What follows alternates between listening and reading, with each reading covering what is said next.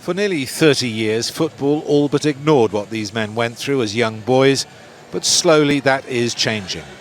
Tristan Shaw stayed silent about the abuse he suffered until now. As a 13-year-old, he was on the books at Blackpool. His abuser, Frank Roper, who's now dead, had close connections with the club.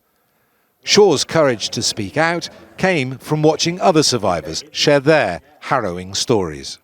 Sometimes it's easier not to speak about it, and that's probably one of the reasons why many of us didn't.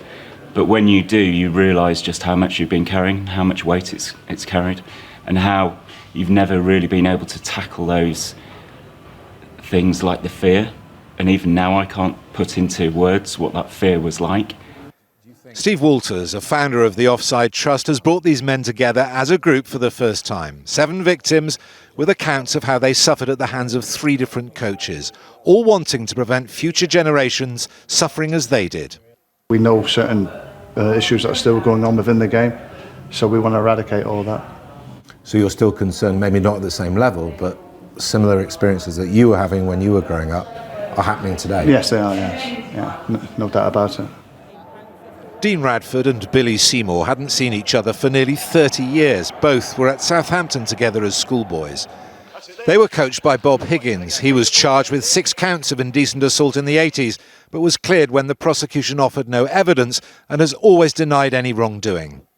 Radford says football ignored him when he needed people to listen. Never had a phone call from the PFA, never had a phone call from Southampton Football Club. And I think only now, because this has happened since November, people at clubs, the FA, they've got to answer some questions, haven't they? They've got to answer some questions and start doing more than what they are doing.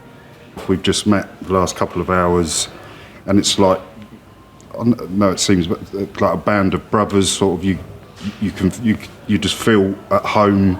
You don't feel odd or isolated. So I'm feeling weird that I feel safe.